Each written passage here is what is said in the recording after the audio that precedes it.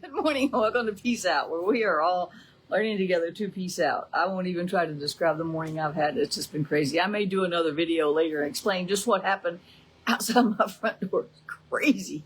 Anyway, you're never going to believe it. Anyway, but in the middle of everything, we are just going to peace out no matter what. People stealing plants off your porch, all kinds of crazy stuff going on. I was fixing to throw down. Anyway, I hope you're having a good morning. Hope your morning's going a little better than mine, although it hasn't really been too bad. And I hope you're having a good week, etc., etc., etc., etc. Anyway, I don't know how I ended up in this scriptures. I ended up reading about the dude who chased the lion down in the pit, Benaniah. I love that story. I was reading all of that, and then my eyes went over into this other. Actually, I guess I was looking up a scripture about him, and I ended up here in 1 Chronicles 11. Not this necessarily part of my daily reading, but this is where I ended up, right? And it says that David went to Israel. They went to Jerusalem. Saul has just died. So David is becoming king of Israel. He is actually in that position where he is going to walk out what God prophesied. Remember when Samuel came and anointed him as king many years ago? He's been running from Saul all these years because Saul hated him. And Saul was all upset, right? And got jealous. Jealousy was behind all of that because he killed Goliath, and all the women saying Saul killed his thousands, but David killed his 10,000s, and he got all his feelings all hurt, and jealousy and his pride. It's back to pride again, right?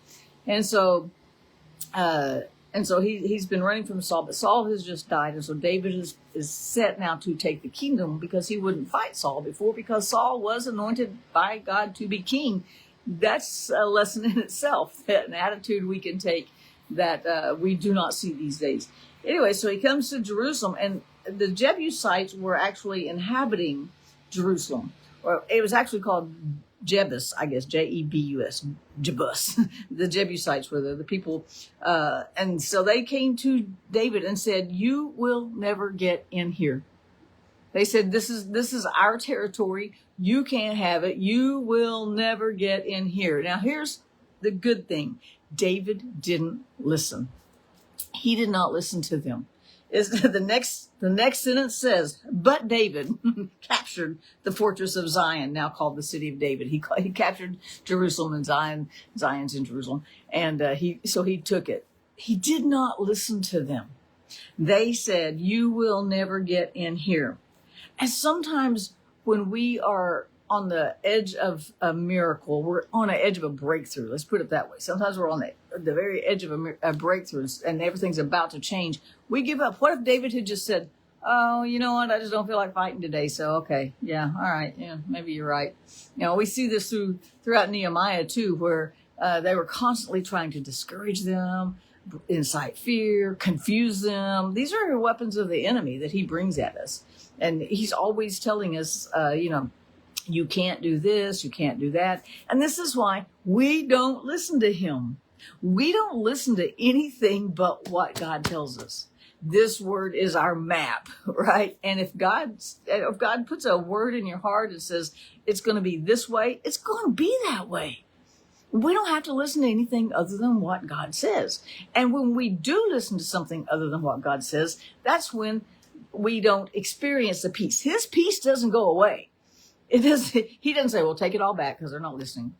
It doesn't go away. It's not like that kind of deal, right? It's just that we don't get to experience what we already have if we listen to the lies of the enemy. When he tries to tell us that we're not worth it, that nobody loves us.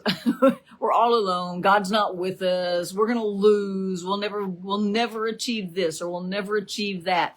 We just have to keep going back to this word, and we don't have to listen to the enemy. David could have said, "Oh no, now what?" But he didn't, right? He didn't. He took that area because he knew that God had given it to him. Stop listening to those voices in your head that are throwing those negative thoughts. And I'm the queen of that. Let me just tell you that. It is a constant struggle the battlefield really is our mind most of the time. Our heart believes what God says.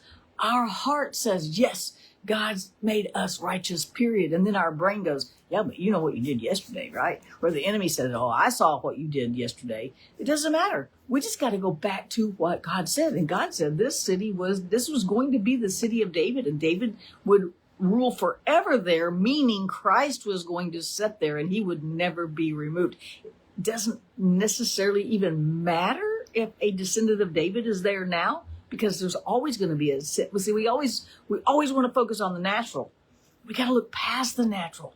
We got to look into that spiritual realm and realize that Jesus is king forever over Jerusalem, Israel, over the whole. Even though it's a spiritual thing, nothing is going to remove him from the king, from kingship. Nothing keeps us out of God's blessings other than what we think in our head. David didn't give in. He didn't say, yeah, you're right. As a matter of fact, if you go on down through here, it says David even said, he said to his troops, whoever leads the attack against the Jebusites will become commander of my armies. And Joab led, and so he became the commander of his army. That was simple. It sounds simple. There was a whole lot of action in between there, though, right? And then David made the fortress his home, called it the city of David. And then in verse 9, it says, and David became more and more powerful because is super important. David became more and more powerful because the Lord Almighty was with him. And I want to draw a parallel to our lives with this. Now, we're not out taking cities, real cities, right? We're not out fighting people. Our flesh, matter of fact, Paul reminds us, we have to talk 2 or 3 times that our struggle isn't with flesh and blood. It's with principalities and powers. But we should always be taking more territory in the spiritual realm, meaning, for instance, God gave us peace. There's no question there. When the enemy says you can't have peace, the enemy says you don't deserve peace, the enemy says God didn't give you peace, the enemy says it's not really peaceful, is it? He's going to feed all these things into our brain, and we got to act just like David and go, no, that's my land. God gave it to me. It's my land. I'm going to enjoy it, and I'm going to shut these voices out of my head and the things the enemy tries to throw at me to distract me from what God has given me. It's all just a big distraction. And then from there, we should actually, as we take that ground and we go, no, God said I'm righteous. It doesn't matter. God said I'm righteous. God said I'm beloved. God said I have grace. God said I have mercy for today. God said, and that begins to push that territorial boundaries out, spiritually speaking. And even though we're not out taking natural cities and natural land, we got that in the spirit. We are literally, when we are able to defeat the enemy in this brain, that's where he fights us, right? And push those thoughts back with what we know out of the word. Here's my plug for reading every day, getting this word in your heart. David said, I hide your word in my heart so I don't sin against you. I hide your word in my heart so that I know what you said, and then I'll do what you said, and I'll walk according to that. I'll order my steps according to what God's plan and God's word is right now in my life, right? And so it's like, so spiritually, this should be a kind of a picture of how we do it. The enemy says, you can't do this, then we just do it because God said. It doesn't matter.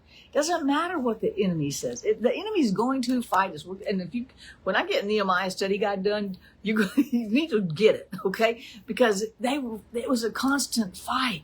They were trying to confuse. They were trying to talk them out of it. They were just mad because they were building the city of God back. The same city, as a matter of fact, Jerusalem, right? It's the same. This is the same area, same region. And they were mad just because they were building. The enemy's not going to like you. It doesn't matter. You don't have to like him either. But you don't have to talk to him either. All you got to do is talk to God. Get your plan from God. Get your word here. Let him give you that vision in your heart. Let it drop that word in your heart. Maybe it's a dream. Maybe it's a vision. Maybe it's a prophetic word. Maybe you found it here. Maybe it's just something, an unction you have in your heart. You get that, and you don't let go of that no matter what anybody or anything says. You don't let your own thoughts talk you out of it either. You can't take this city, then David took the city, and he continued to be more powerful because God was with him. This is what we're looking at, a spiritual principle here. God doesn't get stronger and stronger. He's already strong, but we can let him have more and more area in our heart as we push more things out of our heart that don't belong there. As we walk according to that righteous rule. We're righteous, period. We're righteous because of the blood of Christ. And so we want to push things out of our brain that try to distract us from what God has done in us, whether that's peace, righteousness, grace, mercy, love, all these things, the gifts of the Spirit, whatever it is, right? The visions he gives us, the ministries, or whatever it is. Our fight is to push that out. And here's a sure thing. When the enemy says something, it's a lie. So they say, you can't take this city. David's like, that's a lie. Right? You are the weakest link. And he pushes them out. It's always the opposite of what the enemy says. Right? It's always. And so we actually, sometimes when the enemy's fighting us, we should take that as encouragement because he doesn't like what we're doing. He doesn't like for us to trust God. He doesn't like for us to walk in faith. He doesn't like for us to confess healing when our leg's falling off or something, right? He doesn't like who cares? We got to focus on what God said, not what on these things that are coming at us. And we want to take the land spiritually that God has given us. And then we should be able to walk in it more and more because we should be maturing in God every single day. Peace shouldn't even be an issue much anymore for us, you guys. We've been doing this for 6.5 years. That should just be a moot point, right? We got peace, period. We're going to peace out and we're going to take the land that God gives us because God gave it to us. And then we're going to expand those borders. Isaiah 54 is a good chapter to go read if you get a chance today. Yesterday was Galatians 3. Today is Isaiah 54. Go read it. He says, expand. You were barren. Expand the land.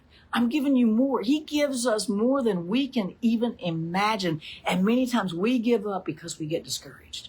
We give up because it gets hard. We give up because there's a battle. The battle's worth it because we've got everything. We've got everything we need for life and godliness through our knowledge of Christ. Right? He reigns in our heart. And so don't get discouraged at the battle. The battle is necessary to take the land. So keep taking that land. And when you take that land, it won't be the end. You won't sit down for the rest of your life and go, whew, that was great. There'll be more land to take because there's always a struggle. There's always a part of me that needs to die. I need to decrease and I need to let him increase. It's going to always be a battle. It's never going to be over till we're there. But it's worth the fight. It's worth the win. It's worth the victory that we see in Christ day after day after day because we never lose if we keep following him and keep walking in his footsteps and keep holding to his word and making our lives measure up to this word. I said this yesterday. I'll say it again real quick. Sometimes we read the word and try to make it fit our theology. I think this, let me find that and make sure, and try to make this fit my theology. There's a lot of that going on in the world right now.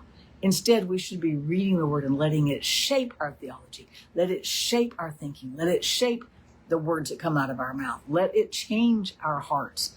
We don't change the word to fit what we want. We want to change ourselves to fit what the word says. That's where we start taking territory spiritually. And that's where we start going, I'm going to take this city. I'm not going to walk in fear anymore.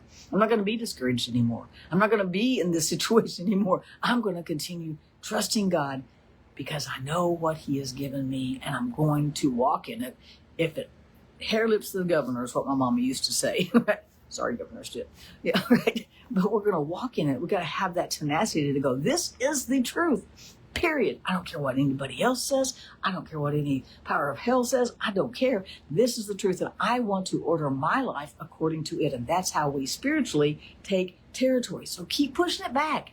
Keep peacing out. Keep trusting him for grace. Keep trusting his mercies renewed this morning. Keep trusting. Keep knowing and believing by faith that you are righteous even when you don't feel it.